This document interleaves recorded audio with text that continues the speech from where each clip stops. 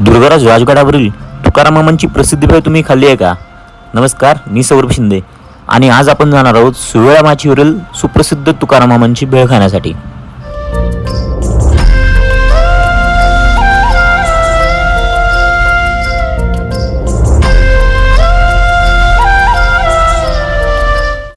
राजगडाच्या सुवेळा माचीकडे जाताना तुकाराम मामांची भेळ खाल्ली. अतिशय उत्तम प्रकारची भेळ होती, मस्त भेळ होती आणि खरंच त्या भेळीची चव लागली. म्हणजे तुम्ही ज्यावेळेस गडभटकंतीसाठी येता ना, तर 100% गडावर जे कोणी शेतकरी असतात, जे कोणी तिथले रहिवासी असतात, ते जे त्यांचा जो उदरनिर्वाह तिथल्या व्यवसायावर चालतो, 100% तुम्ही तिथलं घेतलं पाहिजे. त्या गोष्टी इथल्या खाल्ल्या पाहिजेत. शिवराष्ट्रामध्ये राहणारे आपण माणसं घरचं बाहेर जरूरच खातो. कधीतरी तुम्ही गडावर या, गडावरचं खावा, ह्या मातीत मिसळा, ह्या मातीत राहा, तर या मातीची किंमत तुम्हाला कळेल.